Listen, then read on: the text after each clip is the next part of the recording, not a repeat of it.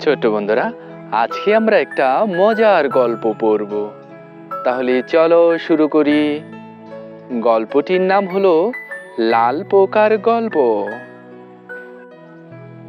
সকালে মিষ্টি রোদ উঠেছে। লাল পোকা মনের আনন্দে হেলে দুলে যাচ্ছে। তাকে খুব খুশি খুশি লাগছে। হঠাৎ পুরো আকাশ ঘন অন্ধকারে ছেয়ে গেল। সাথে সাথে শুরু হলো বৃষ্টি। বড় বড় ফোঁটায় লাল পোকা ভিজে যাচ্ছে।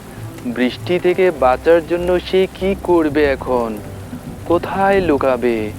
লাল পোকা তাড়াতাড়ি একটা ঘাসের নিচে আশ্রয় নিল। কিন্তু তাতে কাজ হলো না।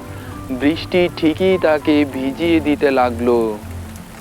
এবার লাল পোকা একটা কাঁটাওয়ালা ডালের নিচে আশ্রয় নিল। এবারও কোনো কাজ হলো না। লাল পোকা বৃষ্টিতে ভিজতে থাকলো। একটু ভেবে এবার লাল পোকা গেল চিকন পাতার একটা ডালের নিচে। কিন্তু এ কি, এখানেও সে ভিজে যাচ্ছে। শেষে লাল পোকা তাড়াতাড়ি গেল একটা কচু পাতার নিচে। যাক বাবা, এই পাতাটা বেশ বড়, এখানে আর বৃষ্টি পড়বে না।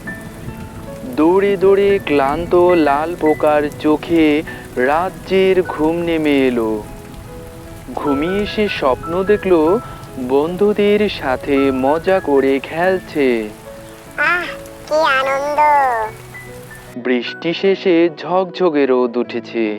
লাল পোকা মনের আনন্দে বাড়ি ফিরছে। কেমন লাগলো ছোট্ট বন্ধুরা?